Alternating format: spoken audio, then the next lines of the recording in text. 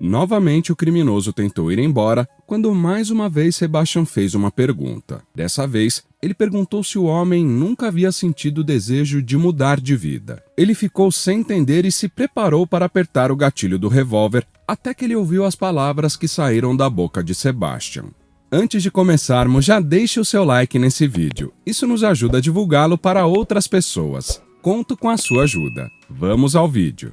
Sebastian sempre levou uma vida tranquila. Se existe uma coisa que ele odiava, eram confusões e gritarias. E o seu passado contribuiu para que ele fosse bem barulhento. Desde sempre ele morou em São Luís, cidade localizada no estado do Maranhão, no Brasil. Os seus pais brigavam muito entre si quando ele era mais novo. Sebastian e seus 4 irmãos ficavam assustados sempre que seus pais começavam a discutir. Ele era um dos irmãos do meio. Para ser mais específico, ele era o segundo mais velho dos 5 filhos. O motivo das brigas do casal era sempre o mesmo: dinheiro. Irene, a mãe da família, tinha um descontrole financeiro muito alto. Ela sempre acabava gastando mais do que deveria. E isso se tornava um problema no fim do mês, pois as contas se acumulavam sem que ao menos Geraldo, o pai da família, soubesse. Felizmente, os casos nunca chegaram ao ponto de agressão física, mas já era ruim o suficiente. A tendência era que todos os pequenos crescessem e se tornassem pessoas sem paciência e briguentas por influência dos pais.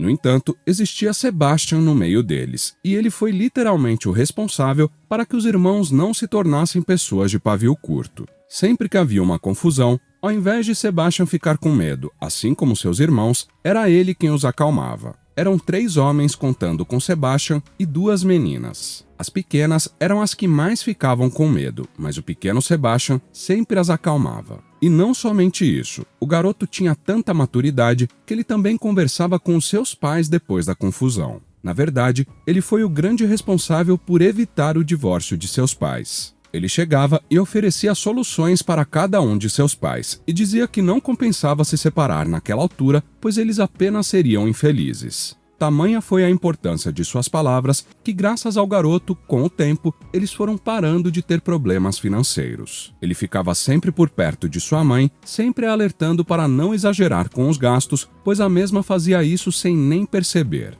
Na escola não era diferente. Foram inúmeras vezes que o garoto findou uma confusão na escola, principalmente em sua adolescência. Não existia muita agressão física no seu tempo, pois as coisas eram bem mais rígidas, pelo menos em sua escola. No entanto, existiam muitos problemas em relação ao fim de amizades ou confusões que na verdade eram desnecessárias. Sebastian chegou ao ensino médio meio isolado, porém, ele foi ajudando as pessoas e realmente ajudando, de modo que ele reatou várias amizades que eram consideradas irreparáveis. Os alunos foram passando a gostar do garoto e ele ganhou o apelido de psicólogo. Em alguns casos, eles até o chamavam de psiquiatra, pois brincavam dizendo que ele tinha que lidar com pessoas loucas. Até mesmo os valentões da escola o respeitavam literalmente.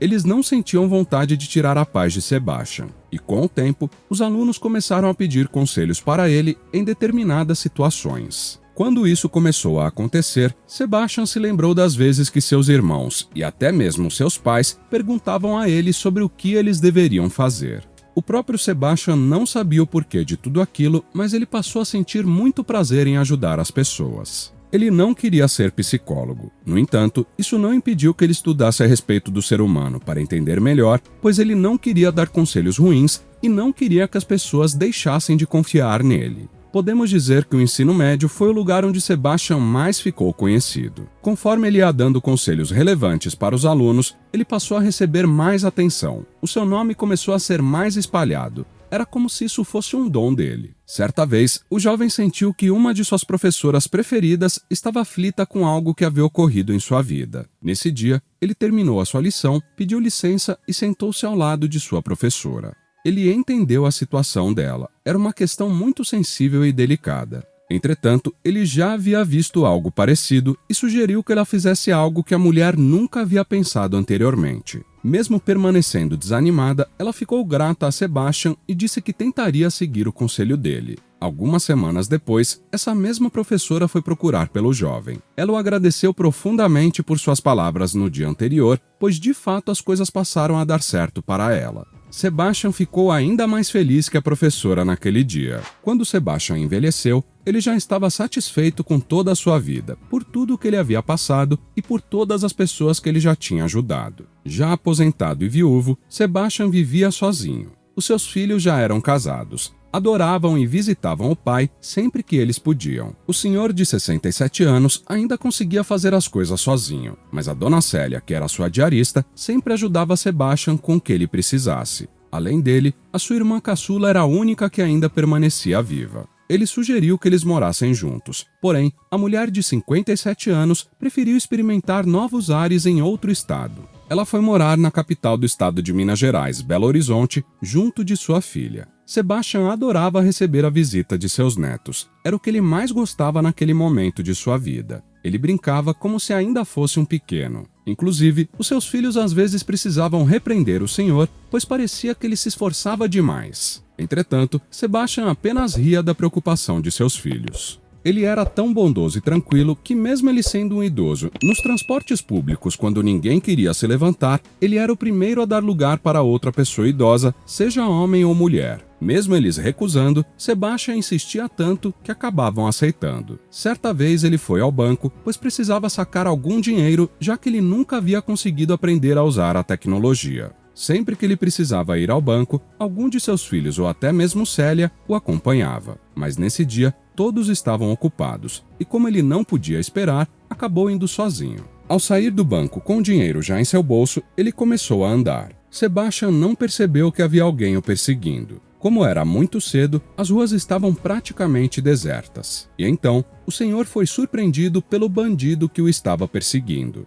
Sebastian tomou um susto quando o assaltante encostou o revólver em suas costas. Aquela era a primeira vez que ele estava sendo assaltado. Ele estava tão acostumado a ver apenas o lado bom das pessoas que ele esqueceu que existia o lado ruim. O senhor não resistiu e logo entregou tudo o que tinha. Porém, quando o assaltante estava indo embora, Sebastian tomou coragem e perguntou: "Por que você faz isso?" O assaltante sentiu que aquilo era uma ofensa a ele, e então ele fez cara de bravo e apontou o revólver para o rosto de Sebastian, respondendo que ele fazia o que ele bem entendesse. Novamente o criminoso tentou ir embora, quando mais uma vez Sebastian fez uma pergunta. Dessa vez, ele perguntou se o homem nunca havia sentido o desejo de mudar de vida. O assaltante ficou sem paciência e começou a gritar com o senhor e a repetir que ia disparar. Mas Sebastian não parou. Ele realmente gostaria de entender o que levaria um homem a sentir o desejo de tirar os pertences de outra pessoa. Enquanto aquele homem apontava o revólver para Sebastian, o senhor olhou fixamente para os olhos do homem que estava em sua frente. Logo ele sentiu que o mesmo não queria fazer aquilo, mas não via outra opção.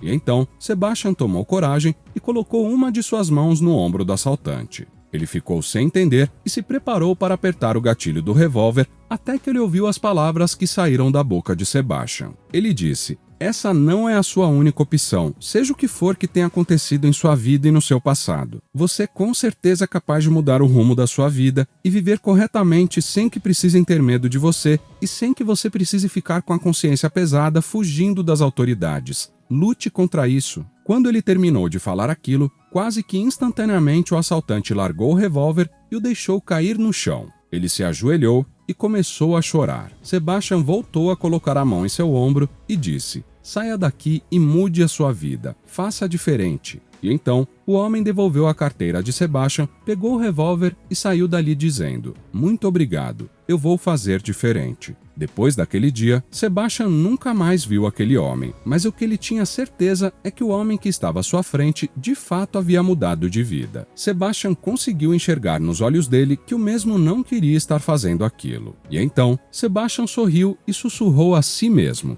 "Boa sorte, meu jovem."